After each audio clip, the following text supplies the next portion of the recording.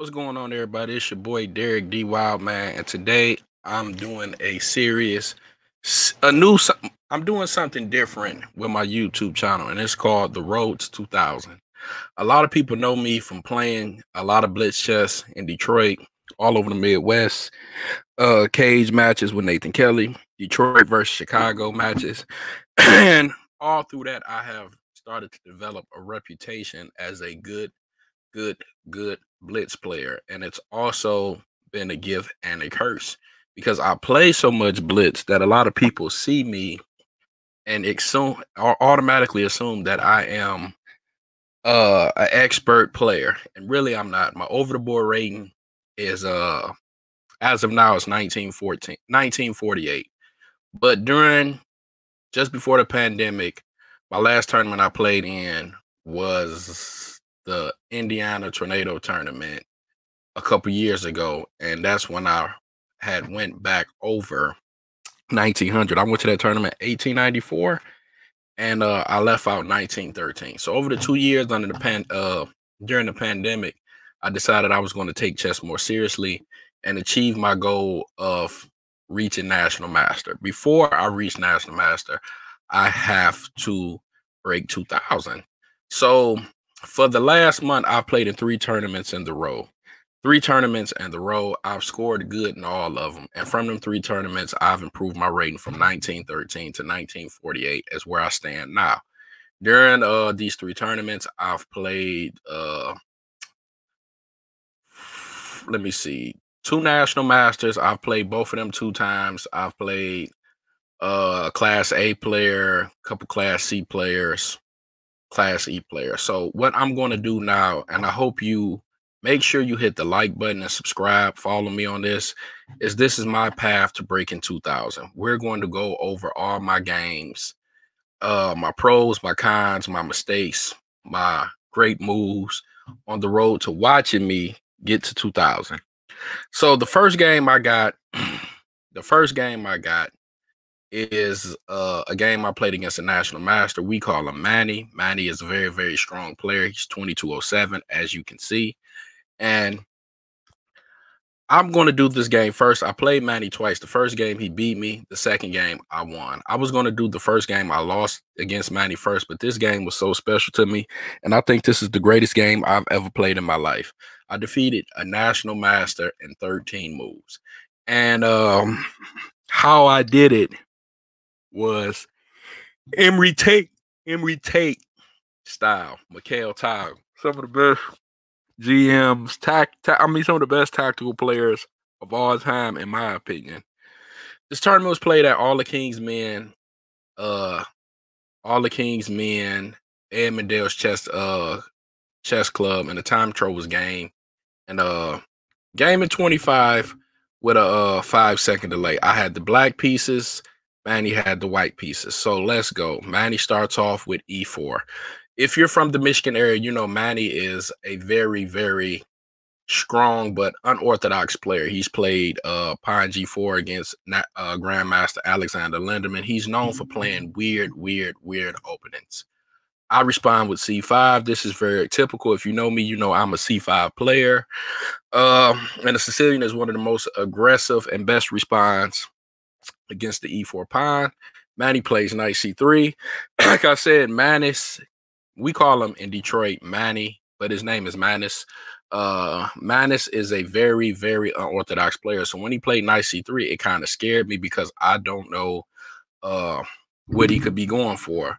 Manny could play a D4, pawn D4 next. Anything with this happen. So when I saw knight C3, I automatically assumed that I was going to see pawn F4 next, which is a Grand Prix attack, some opening that I'm familiar with because I study chess openings with white and black, and looked at a lot of Roman videos. And I've also played the Grand Prix. I played it a couple years ago, and I finished with 5 points in the Chicago Open a couple years ago. So I'm very, very familiar with that line. So majority of the time when I see knight C3, I play A6.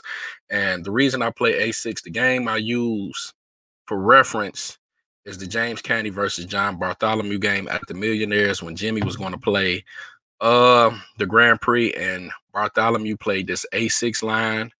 And the reason he played that, because if you play one second, if F4, I automatically play B5 and kind of counterattack and stop the bishop from going to C4. So that's why I play A6. Matty played G3. And once he played pawn to G3, it automatically shows that he's playing a closed Sicilian. In my opinion, a closed Sicilian is a more strategic, slow build-up game for White. Well, White will try to counterattack. If I fianchetto this pawn on G6 on the H file. So what I did was I played knight C6. He played bishop G2. I went G6. This is pretty standard stuff. And with G6, I'm looking to play bishop G7 and put pieces on D4. And what white plan will be is, you know, D3, bishop B3, F4, and, you know, knight just standard develop his piece of stuff. So after that, he went D3, bishop G7, bishop E3, attacking the pawn on C5. I play pawn D6. This is normal stuff. Like you said, if you play chess and you are a serious chess player, you always hear a fight for the center, knights before bishops, get your and get castle and develop your pieces. Always develop your pieces. Try not to attack without all your pieces developed. So he plays bishop E3. I automatically play pawn D6, and he answers with queen D2. Queen D2, this is kind of standard stuff, but in my opinion, for me playing Manus and Manny over the years, I know Manny is a very, very aggressive player. He plays a lot of aggressive chess. So he plays queen D2. I play E6. The reason I play E6 because I want to put this knight on G8. I want this knight on G8 to E7. I don't want to put it on knight F6 blocking this bishop right here. I want to keep my bishop open. I like to say the scope. You know what I'm saying? On this diagonal, just in case he castles queenside and I can have some play. And with me doing that, you'll see in a couple moves, this really helped me win the game with this fatal bishop. So E6 was played with the plans of probably playing knight G7 followed by D5. Manus castled. Typical move. So now when he castled, I got kind of paranoid schizophrenic. I'm not paranoid schizophrenic because I see now. I sat at the board, even though it's game in 25, I thought for a minute, I say, wow, he's finna begin to attack the king side. You know what I'm saying? H4, H5, all that other stuff, bishop H6 if I castle. So what can I do to kind of slow that down? And it was taught to me by one of my first coaches, Dr. Paul Grams, God rest his soul. And it was something that he told to me, if somebody tries to attack you on the wing, you have to attack in the center. And this is true, but I came up with a different plan. Yes, I thought about playing knight 8 G7 followed by D5, but then I came up with a better plan. I played queen A5, and the reason I played queen A5 is because I'm hitting this pawn and this knight on C3. Bishop X C3, queen C3. I could take on A2 or trade queens and go into an endgame. And I could play the endgame, but white will have the bishop pair versus me with a bishop and knight. But just to put some pressure on white, this was my plan. And after queen A5, Manus played king B1. King B1 was played, you know what I'm saying, to protect his loose pawn. During this time, I came up with another plan. I know I always say develop. And I'm gonna put the engine on for you can see the lines. I apologize. So we're gonna go to the engine right quick, the Stockfish engine. After king B1, I thought about moves like knight F6, but like you said, I don't like knight F6 because it blocks the bishop. I looked at knight Ge7. I looked at all them type of moves. The engine likes B5. So what I did, and I'm going to turn the engine off for a minute.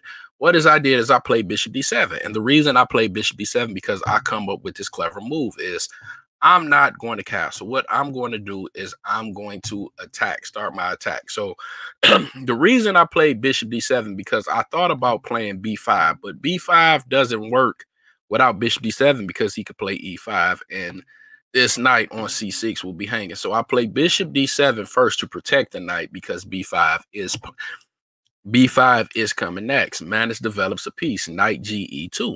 After knight GE2, I play this move right here, pawn D5. So when I play pawn D5, it automatically should register to Manny that I'm here to attack. I'm here to play aggressive. And the reason that I feel comfortable playing so aggressive is due to the time control. It's game in 25 with a 5-second delay.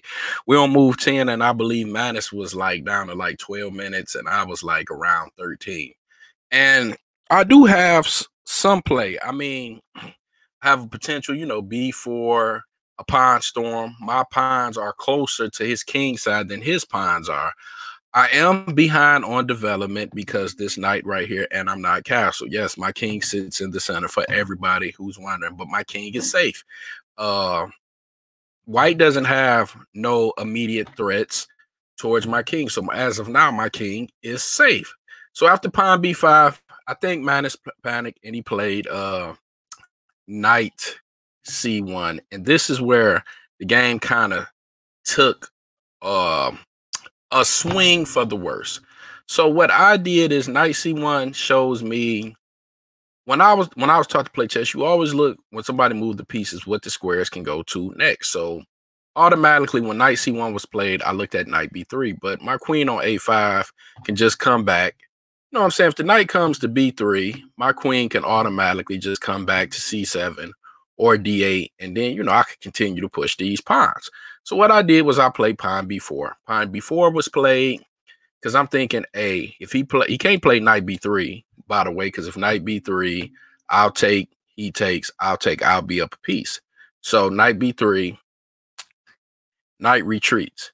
So now I'm looking at the board. I'm thinking, hey, if knight b3 is played now, I'll just slide the queen back somewhere, and I'll just march these pawns down, open up the king queen side, and attack, and try to keep as much pressure as I can. Remember, this fatal bishop right here is at the b2 square. This is why keeping this diagonal was key to me to winning this game. So after knight 3 e2, I played this move rook b8. The reason I played rook b8 because it was a book. It might have been Reassess Your Chess or The Amateur's Mind. It's one of the other by Jeremy Selman, the international master.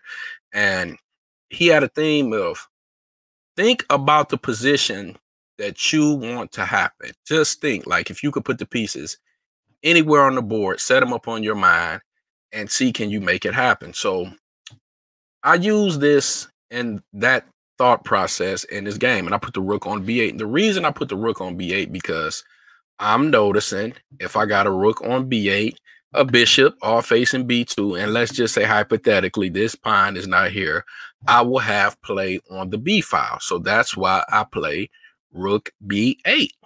So with me playing rook b8, I'm coming up with these concepts, and this is why I say it's real good to do a lot of puzzles, a lot of tactics. Jimmy, my boy, National Master James Candy, Jim Candy will tell you that. Stephen Breckerich, Puzzle Rush, Puzzle Storm, CTR, a lot of puzzles, because your brain automatically, from my opinion, starts to calculate and see these positions and come up with tactics. Even if they're wrong or right, you're just calculating, you're opening up the floodgates, and you're coming up with positions. So I play rook b8, and Manus plays pawn f4. Pawn f4 is the losing move. And I want to go over this game. The reason I want to show this game first, and I'm going to show the game where Manus beat me in the next tournament, but this game was so dope, is I want chess players to know that you can never be relaxed when you're playing a chess player, because if you're sitting here, he's comfortable, and he probably doesn't see the threats that I have. You know what I'm saying? My rook on b8, my bishop on g7, my pawn on b4, my queen on a5. And he doesn't understand they're working together. So he plays a natural move, pawn to f4, continuing with the standard closed Sicilian. If you already saw this game, because I posted the ending of this game on Twitter, Facebook, the Detroit Chess Killers group, and it was shared around. I just want you to take a look, and I'm gonna give you a minute and a second to tell me what do you think was the next move I played. And the next move I played won the game. I'm gonna give you a few seconds. I'm gonna wait. So all my pieces are working together, and I just said that I had used the Jeremy Selman thought of putting all the pieces in your mind on all the squares you want to and seeing, can you make this position happen? And I did. Now, only thing that's stopping me is this B pawn. This B pawn is blocking all the play on the B file. So after a long think, I played this move right here, bishop C3. Bishop C3, game over. White resigns, lights out, knockout James Toney, curtains, dog walk. Bishop C3 is the fatal move, and I'm going to show you why. I'm going to put the engine on to help you. So why Bishop C3 works is because, and we're going to go over all the lines. So the first line we're going to go over is just say, let's say hypothetically, white plays pawn x c3. Pawn x c3, I play pawn x c3, check with the open b file. If king a1, I could take the queen. Let's just say if king a1, I can take the queen. Clear win, as you can see. Also, if he plays knight c3, I can play pawn c3. Can't take because the pin with the rook. If he plays knight b3, I can play rook captures b3. I'm up a piece, game over. Ax b3, I take. If the queen move, rook x b2, and I can mate him on a2. This was like the dopest, and I think this is the greatest game I ever played in my life. I really do. Bishop c3. So we went through over all those lines. Another line we looked at is bx c3, knight x. I mean, this is just, the queen has no good squares because the bishop is in his face. The bishop is completely in his face. So we looked at knight c3 here. I could take here. I'm up a piece. So any way this goes, I'm going to be up a piece, up a queen, or I am going to be checkmating white.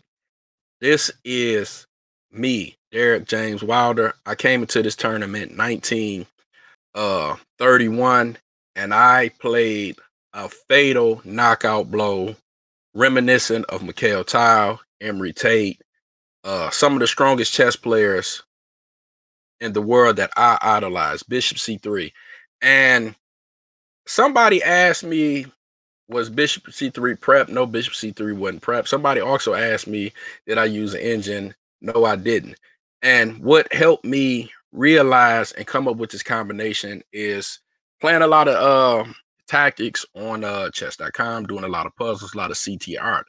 And I'm gonna go back. Like I said, Jeremy Selman has a book, and he says when you play chess, you want to visualize all the pieces on the board and see, can you put them where you want to put them. And that's what I did. I always had a plan. The rook was on b8, the queen was on a5, the bishop stayed on g7, and I never blocked it. The target was the b2 file. And the reason I'm doing this video is for the lower rated players out there who's lower rated to me, is because you're playing a higher rated player, never think that they see everything. As you can see, this is National Master Manus. He's coming in at 2207. I'm 1931, but he's on autopilot. Always force the issue and play him like you play everybody else. Bishop c3, the knockout blow. And I believe as of right now, this is the greatest game I've ever played. This is the greatest move I ever played. I hope you like this channel. Please make sure you hit the subscribe button. This is Derek Wilder. Excuse me. A lot of people call me D Wild Man, and this is my path to 2000. Thank you, and I hope you enjoyed this game.